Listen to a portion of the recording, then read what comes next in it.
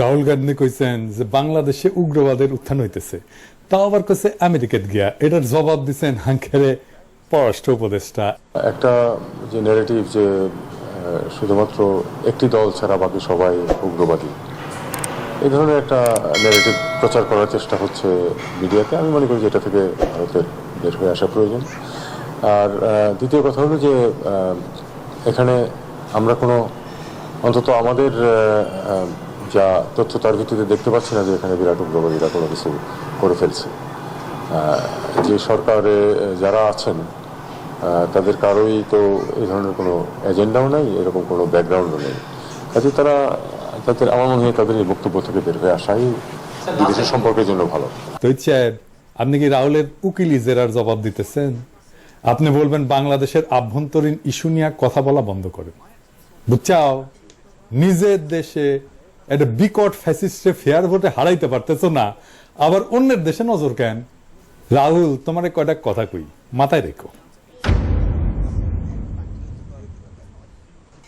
তোমারে বিজেপি পাপ্পু ডাকে, মানে তুমি একটা বাচ্চা পোলা, রাজনীতি করার মতো লায়ক হয়ে ওঠো নাই। কথাটা মিছা বলে না। এই যে কথা কইলা, তো এই উগ্রবাদের উত্থান কি তোমার টিচার প্রফেসর ইউনুসের নেতৃত্বে হইতেছে? জানেন তো, রাহুল রিয়া প্রফেসর ইউনুসের রুটি পাঠাইছিল ওর মা ওই মিরপুরে। ওর লগে তো ভালো সম্পর্ক প্রফেসর ইউনুস, ওনারে নিয়ে করোনার টাইমে একটা পডকাস্ট করেছিল। ওই এই সময়ে প্রফেসর ইউনুসের শাসন আমলে একটা বাংলাদেশের সাথে গ্রাউন্ড ব্রেকিং রিলেশন তৈরি করতে পারত। ওই ভারতের ভোটারদের দেখাইতে পারতো যে মোদির পলিসি বাংলাদেশের মানুষকে অ্যান্টি ইন্ডিয়ান বানাইছে। আমি রাহুল গান্ধী এই প্রতিবেশী দেশের সাথে সম্পর্ককে স্বাভাবিক করতেছি। কিন্তু তোমার মধ্যে তো হিন্দুত্ববাদের কুর করে নিয়ে আছে রাহুল, তাই বাংলাদেশে উগ্রবাদের গপ্প শুনাইতেছ। আমরা বলে ভুলি নাই, তুমি আর তোমার মাও তোমার বোন হাসিরাকে চেকটা ধরে ফটো খিঁচেছিলা দিল্লিতে, যে ইনকা কিরা। হ্যাঁ, তো আমি যদি পররাষ্ট্র উপদেষ্টা হইতাম তাহলে কইতাম, রাহুল ঠাসি খেয়ে থাকো। আমরা কখনো কইছি যে তো বিয়া শাদী করো না কে? ধর্মবঙ্গ ছাড়া তো কোনো কারণ নাই বিয়া শাদী না করার। এই জন্য আমার কখনো উপদেষ্টা বানাবে না। যাই হোক, ওটা নতুন কয়েকটা গুরুত্বপূর্ণ আলাপ করি। আসেন, প্রফেসর ইউনূসের সরকার ফাংশন করতে পারতেছে না। কেন পারতেছে না? স্লো অনেকে বলেন। কয়টা কারণ আছে, কারণগুলো একটা ব্যাখ্যা করি। আপনারা দেখবেন যে শুধু ফাংশন করতে পারতেছে না তাই না, প্রফেসর ইউনূসের সরকার কোথাও কোথাও আওয়ামী লীগকে পুনর্বাসন করিচ্ছে। আমি উদাহরণ দিয়ে দেখাই দেব। হ্যাঁ, আমি এক্সাম্পল হিসেবে আসিফ নজরুলের কথা ধরি। আসিফ নজরুল ভাই আবার মাইন্ড করেন না। হ্যাঁ, উপায় নাই, আমরা তো বিরোধী দলের দায়িত্ব পালন করতেই হবে, তাই না? সবসময় জিন্দাবাদ দিয়ে গেলে তো চলবে না। প্রথম কারণটা ব্যাখ্যা করি যে কেন ফাংশন করতে পারতেছে না। রাষ্ট্র তো একটা ইনস্টিটিউট, তার একটা শক্তি থাকে, ইনস্টিটিউটের একটা শক্তি থাকে। এটা এক্সাম্পল দিই, এই যে আমার ইউটিউব চ্যানেল 26 লক্ষ সাবস্ক্রাইবার আছে, তাই না? তো সেটা আমি একটা ভিডিও চাইলে সেটা নোটিফিকেশন 26 লক্ষ লোকের কাছে যায়, দেখায় যে পিনাকের একটা ভিডিও চাইছে। তো ইউটিউব নিজেও মানুষকে একবারে আমার ভিডিও রিকমেন্ড করে, পরে বলে যে এটা দেখতে পারো, এটা দেখতে পারো। তো আমার জন্য আবার ইউটিউব একজন ম্যানেজার নিয়োগ করেছে, মানে আমার জন্য ডেডিকেটেড না, ও আরো অনেকের কাজ করে, কিন্তু আমার সাথেও কাজ করে সে। মানে ধরেন মাসে একবার দুইবার করে কথা বলে, মিটিং করে, কেমনে আরো সাবস্ক্রাইবার বাড়ানো যায়, ভিডিও ভিউয়ার বাড়ানো যায়, এটা কিন্তু ওরাই বলে, ইউটিউবই আমার করে দেয়। মানে যাদের 10 লাখের উপর সাবস্ক্রাইবার থাকে তাদের বোধহয় প্রত্যেকের জন্যই করে। তো আবার ইউটিউব ক্রিয়েটার সাপোর্ট আছে, ওইখানে আপনি অনেক কপিরাইট ছাড়া আপনি মিউজিক পাবেন, অনেক ধরনের ট্রেনিং পাবেন, সেখানে অনেক রিসোর্স আছে। এইটা হইতেছে ইউটিউবের ইনস্টিটিউশনাল সাপোর্ট। তো সেই রকম রাষ্ট্রের একটা ইনস্টিটিউশনাল সাপোর্ট থাকে। তো আমার চ্যানেল যদি আমি কাউকে দিয়ে দিই, সে যদি আমার চ্যানেলে ভিডিও বানা আপ করতে থাকে, তাহলে দেখবে মানুষ, দেখবে প্রথম, পরে আর দেখবে না। ইউটিউবের ইনস্টিটিউশনাল সাপোর্টের উপরে আমার চ্যানেলে আমি পিনাকি ভট্টাচার্য আছি। আমার চ্যানেলের শক্তি ইউটিউবের institutional support plus Pinaki Bhattacharya একসাথে। রাষ্ট্র এরকম, রাষ্ট্রের একটা ইনস্টিটিউশনাল সাপোর্ট থাকে, তার সাথে আপনার রাজনৈতিক শক্তি যুক্ত হয়, তাইলে রাষ্ট্রের শক্তি প্রবল হয়। হাসিনা ফেলিয়ার কেন হয়েছে জানেন? সে রাষ্ট্রটার দল বানায় ফেলছিল, তাই সে তার দলের যে রাজনৈতিক সাপোর্ট সেটা পায় নাই। গুন্ডা পাইছে, স্তাবক পাইছে, কিন্তু রাজনৈতিক দল পায় নাই। সেই জন্য সে কোনো পলিটিক্সকে ফাইট করতে পারে নাই। প্রফেসর ইউনূসের সরকারও তাই। এটা তো তত্ত্বাবধায়ক সরকার না আগের মতো, যে রাজনৈতিক দলগুলো ঐক্যমত হয়ে তাদের ইলেকশন করার জন্য ক্ষমতায় রাখিছে এবং তারে কোনো ডিস্টার্ব দেবে না, তা তো না। এই সরকারে কয়জন উপদেষ্টা আছে যারা রাষ্ট্রের শক্তির উপরে নিজের ক্ষমতাকে যুক্ত কইরা রাষ্ট্রের শক্তি বাড়াইতে পারে? খুব বেশি নাই, আমি নাম কইলাম না। যাই হোক, মন খারাপ করবে আবার অন্যরা। আমি এসব একজনের উদাহরণ দিই, প্রফেসর ইউনূস। উনার রাষ্ট্রের শক্তির উপরে ওনার নিজের ক্ষমতা আছে, ব্যাপক ক্ষমতা আছে। উনি রাষ্ট্রের শক্তিরে বাড়াই দিতে পারেন প্রফেসর ইউনূস। আমি এক্সাম্পল দিই, ধরেন প্রফেসর ইউনূস আরব আমিরাতের কিং এর সাথে আলাপ করছেন না, আমাদের প্রবাসী ভাইদের মুক্ত করছেন না, এটা হাসিনা পারতো না, এটা অন্য কেউ পারতো না, এটা প্রফেসর ইউনূসের কারিশমা। এমন একটা কাজ করছে ওই আরব আমিরাত, যে কাজ কখনো তারা করে না।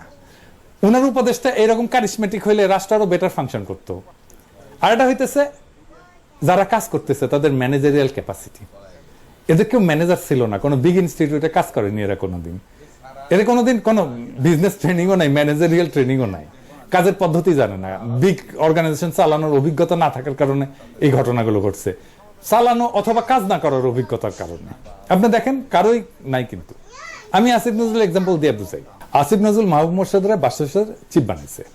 আমি মাহবুব মোর্শেদকে পছন্দ করি, কিন্তু ভালো ছেলে, ভালো লেখালেখি করে এবং তার চিন্তা ভাবনা পরিষ্কার, সব ঠিক আছে। কিন্তু আমি তার ক্যাপাসিটি বাসের চিফ হিসেবে মূল্যায়ন করতে পারবো না, আমি তো সাংবাদিক না, তাই না? কিন্তু আমার সিলেকশনের সময় নিশ্চিত হইতে হবে যে আমার সিলেকশন রাইট। আমি যখন একটা পজিশনে থাকবো, ক্ষমতার পজিশনে থাকবো, আমার সিলেকশন হইতে হবে আনবায়াসড, আমি বায়াসড হইতে পারবো না। আবার দেখেন মাহবুব মোর্শেদ নিজেই কইতেছে যে আসিফ নজরুলের সিলেকশন গুলো ভালো হইতেছে। মাহবুব মোর্শেদ বুঝতেই পারে নাই যে এটা সে নিজে বলতে পারে না, যেহেতু সে আসিফ নজরুলের একজন সিলেকশন। এটা অন্যরা বলবে। এই সিলেকশন নিয়ে অনেক সমালোচনা হয়েছে মাহবুব মোর্শেদের। আবার মোহাম্মদ আজমের সিলেকশন সবাই পছন্দ করছে। যাই হোক, এতে আসিফ নজরুল আনন্দিত হওয়ার কিছু নেই। আবার কইছে যে বাংলা একাডেমি যেভাবে পছন্দ হয়েছে সেভাবে শিল্পকলা একাডেমিও পছন্দ হবে। হ্যাঁ, ওই আনন্দিত হওয়ার কিছু নাই। আসিফ ভাই নষ্ট ঘড়িও দিনে 2 বার ঠিক সময় দেয়। আপনার নষ্ট ঘড়ি, আপনার ম্যানেজারিয়াল স্কিল একদম 0, 0, সেজন্য আপনি দিনে 2 বার সময় দেন, আপনার ব্যাটারি গেছে। তো যাই হোক, আমি হইলে বাসের সিলেকশন কেমনে করতাম তার একটা মডেল দিই। হ্যাঁ, ইনফ্যাক্ট আমার এই ধরনের কাজ করতে হয় আমার প্রফেশনে, পেশা। আমি এখানে মানে প্যারিসে আমার কোম্পানিতে আমি গ্লোবাল মেডিকেল রিলেশনে কাজ করি। গ্লোবাল মানে কিন্তু সারা দুনিয়া, যেখানে আমাদের কাজ আছে, মানে আমার কোম্পানির কাজ আছে। আমি অফিসের কাজে খুব কমই ট্রাভেল করি, আপনারা জানেন। ট্রাভেল করলে আমি তো বলে দিই আমি কই গেছি না গেছি। আমাকে রিকমেন্ড করতে হয়, ধরা যাক যে হংকং, কোন এক্সপার্ট দিয়ে আমি অ্যাডভাইজারি বোর্ড করব। অ্যাডভাইজারি বোর্ড মানে যারা পরামর্শ দেয় কোম্পানিকে, ফর্মাল ওয়েতে পরামর্শ দেয়, বিস্তারিত আর গেলাম না। বা ধরেন আফ্রিকার কোন দেশে কোন ডার্মাটোলজিস্ট চামড়ার উপরে ক্লাইমেট চেঞ্জ মানে পরিবেশের পরিবর্তনের ইফেক্ট নিয়ে এক্সপার্ট। কঠিন জটিল বিষয়, কিন্তু আমি হংকং এ যাইও না, আফ্রিকায় যাইও না। কিন্তু আমি যেটা রিকমেন্ড করি, যেটা আমার করতে হয় দেশগুলোকে, তার 99% কেসে পারফেক্ট হয়। আমার টুলস আছে। আমি সারা দুনিয়ার ডাক্তার কি করে, কই থাকে, কোথায় চাকরি করে, কোন কনফারেন্সে যাইতেছে, কি পাবলিশ করিচ্ছে, কার সাথে কোলাবোরেশন করিচ্ছে, কার সাথে সে রিসার্চ করিচ্ছে, তার রিসার্চের ফোকাস কি, এমনকি কার কাছ থেকে কত টাকা পয়সা নিয়ে যেতে, এটা এক ক্লিকে বের করে ফেলি। টুলস আছে, যাক সেটা অন্য আলাপ। বাসের সিলেকশনে আসি। আমি যদি আসিফ নজরুল হইলাম নি, তাহলে আমি সাংবাদিক যারা আছে না ফ্যাসিবাদের বিরোধী, তাদের সাথে কথা কইয়া কয়েকটা রিকমেন্ডেশন নিতাম। কইতাম যে আমার একটা বাসের চিপ লাগবে, কন্ত কারে করা যায়, 2-3টা নাম বলেন তো। তারপরে জিজ্ঞেস করতাম এর নাম কেন কইলেন, তার যুক্তিগুলো শুনতাম, লিখে রাখতাম, সবগুলা লিখতাম, শুনতাম, লিখতাম। কাদের সাথে আলাপ করতাম? কনক সারোয়ারের সাথে আলাপ করতাম, স্বামীর সাথে আলাপ করতাম, তাসনিম খলিলের সাথে আলাপ করতাম, মনির হায়দারের সাথে আলাপ করতাম, শাহেদ আলমের সাথে আলাপ করতাম, ইলিয়াসের সাথে আলাপ করতাম, মুশফিকুল ফজলের সাথে আলাপ করতাম, আরো যাদের নাম বলি নাই তাদের সাথেও আলাপ করতাম, মানে যারা ফ্যাসি বিরোধী এবং আমার যাদের সাথে রিচ আছে, কথাবার্তা হয় আর কি। তারপরে করতাম কি, মতিউর রহমান চৌধুরী মানে মানব জমিনের, তারপর নুরুল কবির নিউজের, মাহমুদুর রহমান ভাই এবং শফিক রহমানকে কইতাম যে আমি সবচেয়ে বেশি রিকমেন্ডেশন আসছে এই কয়েকজনের 3জন বা 5 জনের নাম ওনাদের দিতাম, যে কইতাম যে আপনারা এই 3জন বা 5 জনের ইন্টারভিউ নিয়ে আমাকে একজন বেচা দেন, মুরব্বী মানুষ, কোনো সমালোচনা হইতো না।